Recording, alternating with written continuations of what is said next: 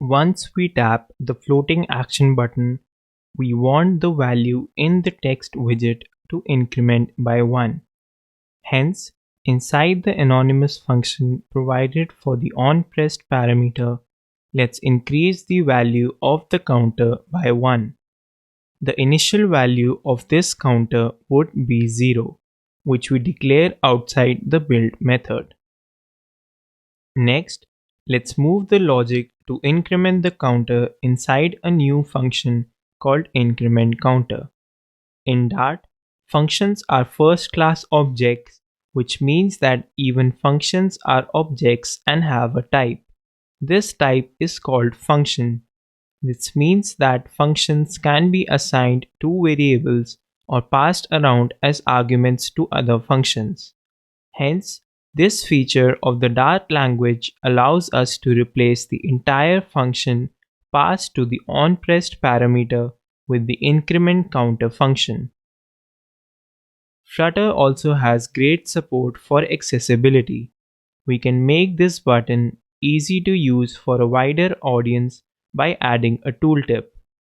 A tooltip can be added to all buttons, which would then allow the user to listen to what the button represents when they long press the button. Unlike Java, Dart doesn't have the keywords public, protected, and private. If an identifier such as a variable name or a class name starts with an underscore, it is private to its library. Here, we can rename the counter variable and the increment counter function to be private to the myHomepageState class.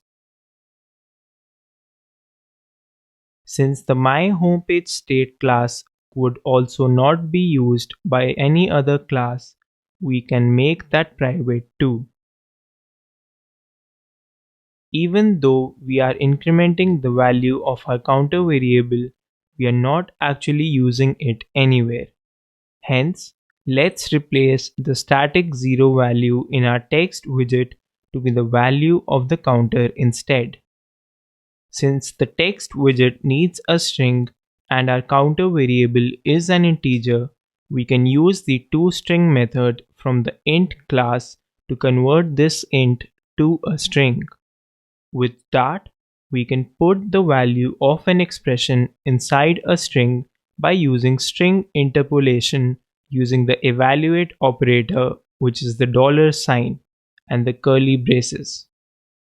If the expression is an identifier like a variable name, just like in our case, we can skip the curly braces as well. To get the string corresponding to an object, Dart calls the object's toString method. Now the IDE no longer complains about the unused counter variable, but when we hot reload, we see that the floating action button does not make any changes to the text value. We'll learn more about this in the next lesson.